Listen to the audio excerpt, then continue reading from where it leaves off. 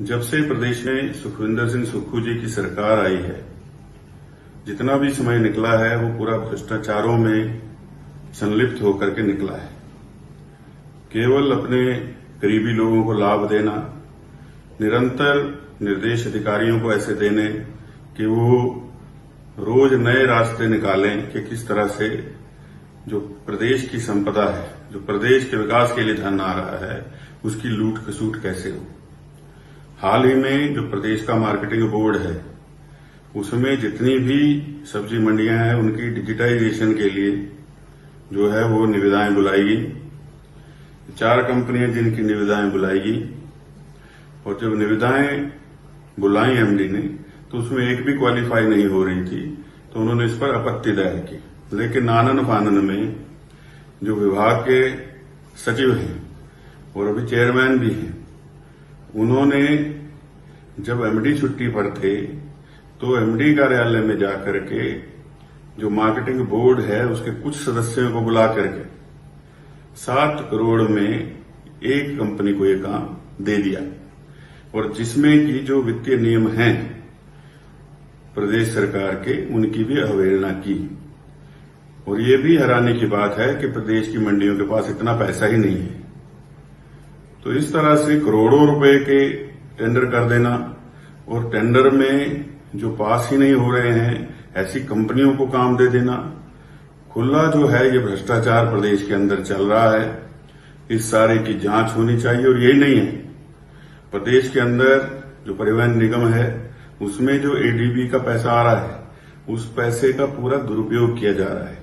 मुख्यमंत्री जी के चुनाव क्षेत्र के अंदर एक बहुत बड़ा होटल जो है वो पर्यटन निगम बना रहा है, और वो जिस जमीन पर बन रहा है वो सेरिकल्चर की जमीन है, और एक समय पर वो निजी भूमि थी और इसलिए दी गई थी ताकि वहां पर सेरिकल्चर का काम हो सके। और अब उस भूमि को एकदम से बदल करके पर्यटन निगम को दे दिया गया, और वहां एडीबी के पैसे से होटल बनना शुरू हो गया। और जो उसमें L1 था उसको बुलाया गया, उस L1 को काम न दे करके उसको रिजेक्ट करके L2 को वो काम दे दिया गया, और ऐसे रेटों पर दे दिया गया जो कि टेंडर में के नॉर्म्स में ही नहीं थे। और ये मामला ग्रीन ट्रिब्यूनल में भी चल रहा है कि भूमि जो है सेरिकल्चर की थी, किस प्रकार से ये जो है यहां पर होटल बन रहा है। और यही नहीं है, कई ऐसे मामले हैं जो पर्यटन निगम के काम चल रहे हैं, उनके टेंडरों में भारी अनियमितताएं जो हैं वो इस दौरान हुई हैं।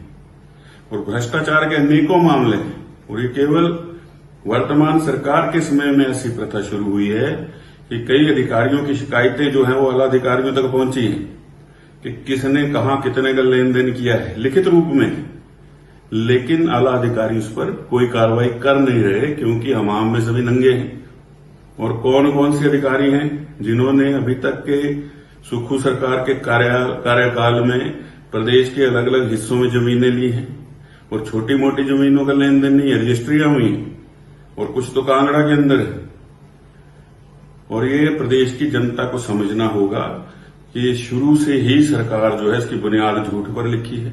सुखविंदर सिंह सुक्खू जो है वो निरंतर झूठ बोलते हैं।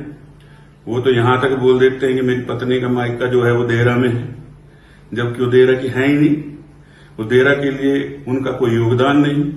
जो लोग अपने चुनाव क्षेत्र नदौन के अंदर सुधार नहीं कर पाए अभी तक, तो देहरा का क्या सुधार करेंगे। ये देहरा को और अन्य प्रदेशवासियों को सोचना चाहिए। और ये जो तीनों चुनाव हो रहे हैं, मेरा निवेदन रहेगा सभी से कि इसमें तीनों भारतीय जनता पार्टी के प्रत्याशियों को आप जिता करके भेजिए। और मैं लगातार कह रहा हूं कि ये सरकार जो है इसके पास बहुमत नहीं है। ये सरकार जो है ये कुछ ही दिनों की मेहमान है, और प्रदेश के अंदर सरकार बदलने वाली है।